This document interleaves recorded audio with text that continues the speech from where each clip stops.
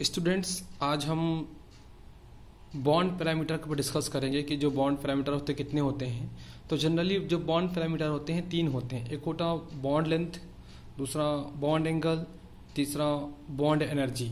तो सबसे पहले वाले हम बात करते हैं बॉन्ड लेंथ। इसके नाम से लग रहा है लेंथ मतलब डिस्टेंस होता है, दूरी होता है। तो हम इसको कह सकते हैं डिस्टेंस बिटवीन टू न्यूक्लियाई, मतलब दो न्यूक्लियस के बीच की दूरी को हम क्या कहते हैं, बॉन्ड लेंथ कहते हैं। चूंकि दूरी बहुत स्मॉल होती है, वो छोटी होती है, इसलिए उसको हम एक्सरे से एनालिसिस करते हैं और इसको हम अंगस्ट्रॉम या सेंटीमीटर में शो करते हैं। जो बॉन्ड लेंथ होता है, इससे यदि बॉन्ड लेंथ ज़्यादा होती है तो बॉन्ड क्या होता है, कमज़ोर हो जाता है। यदि बॉन्ड लेंथ कम होती है तो बॉन्ड क्या होता है, स्ट्रांग होता है। यदि हम देखें तो जैसे जैसे बॉन्ड बढ़ता जाता है वैसे वैसे बॉन्ड लेंथ क्या होती है, कम होती जाती है। यदि हम सिंगल बॉन्ड की बात करें तो कार्बन कार्बन के बीच में 1.54 एंगस्ट्रॉम होता है। कार्बन कार्बन के बीच डबल बॉन्ड की बात करें तो 1.34 एंगस्ट्रॉम होता है। यदि कार्बन ट्रिपल बॉन्ड कार्बन के बीच की लेंथ की बात करें तो 1.20 एंगस्ट्रॉम होता है। तो हम देख रहे हैं कि जैसे जैसे डबल बॉन्ड, जैसे जैसे बॉन्ड बढ़ रहा है वैसे वैसे बॉन्ड लेंथ क्या हो रही है, कम हो रही है। अतः हम कह सकते हैं कि बॉन्ड लेंथ बढ़ने से क्या होता है, बॉन्ड लेंथ अगर बढ़ती है तो उसको डिस्टेंस धीरे धीरे क्या होती है, जो उसका पावर होता है धीरे धीरे कम होता जाता है। बॉन्ड लेंथ के बेस पे हम क्या क्या कर सकते हैं। तो बॉन्ड लेंथ को सबसे पहले हम एक्सरे स्पेक्ट्रोस्कोपी मेथड से एनालिसिस करते हैं कि किस सब्सटेंस की कितनी बॉन्ड लेंथ है। बॉन्ड लेंथ के बेस पर ये भी हम बता सकते हैं कि उसमें कौन सा हाइब्रिडाइजेशन होगा, तथा इसके बेस पे हम रेजोनेंस के बारे में भी अनुमान लगा सकते हैं। अतः बॉन्ड लेंथ का इंपॉर्टेंस बहुत होता है। अब जो सेकंड पैरामीटर है उसकी बात करते हैं, जिससे हम कहते हैं बॉन्ड एनर्जी। बॉन्ड एनर्जी में क्या होता है कि अगर हम देखें the average energy required to break all the bonds of same types present in 1 mole of compound, मतलब 1 मोल कंपाउंड में वो एक बॉन्ड में को तोड़ने के लिए जितनी एनर्जी की रिक्वायरमेंट होती है उसको हम बॉन्ड एनर्जी कहते हैं।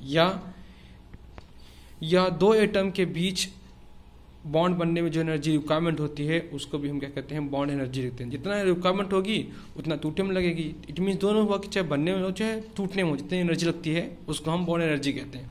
हम यहाँ पे देख सकते हैं कि जैसे जैसे बॉन्ड क्या होता है, जैसे जैसे हम बॉन्ड बढ़ते हैं वैसे वैसे बॉन्ड एनर्जी क्या होती है, बढ़ती जाती है। सिंगल बॉन्ड को हम कार्बन देखें, अगर इसको ब्रेक करना है तो 83.2 एनर्जी रिक्वायरमेंट होती है। डबल बॉन्ड के लिए 146.8, ट्रिपल बॉन्ड के लिए 200.6 एनर्जी की रिक्वायरमेंट होती है। यदि हम देखें तो जो बॉन्ड एनर्जी होती है जस्ट बॉन्ड लेंथ का अपोजिट होता है। इसमें क्या होता है कि जैसे जैसे बॉन्ड बढ़ते रहते हैं वैसे एनर्जी की रिक्वायरमेंट क्या होती है, ज़्यादा होती जाती है।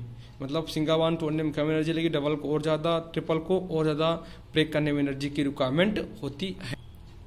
इसकी हेल्प से हम किसी भी बॉन्ड का स्ट्रेंथ दे सकते हैं कि अगर बॉन्ड में ज़्यादा रिक्वायरमेंट होगी तो बॉन्ड का स्ट्रेंथ क्या होगा, ज़्यादा होगा। इसको जो जनरली हम कैलोरी, किलो कैलोरी या जूल में कैलकुलेट करते हैं। इसके बाद स्ट्रेंथ तीसरा आता है बॉन्ड एंगल। बॉन्ड एंगल हम अगर समझ सकते हैं कि the angle form between the direction of two covalent bond is called the covalent bond angle, या हम उसको कह सकते हैं कि the angle met between two internuclear axis is called, मतलब किसी भी एटम से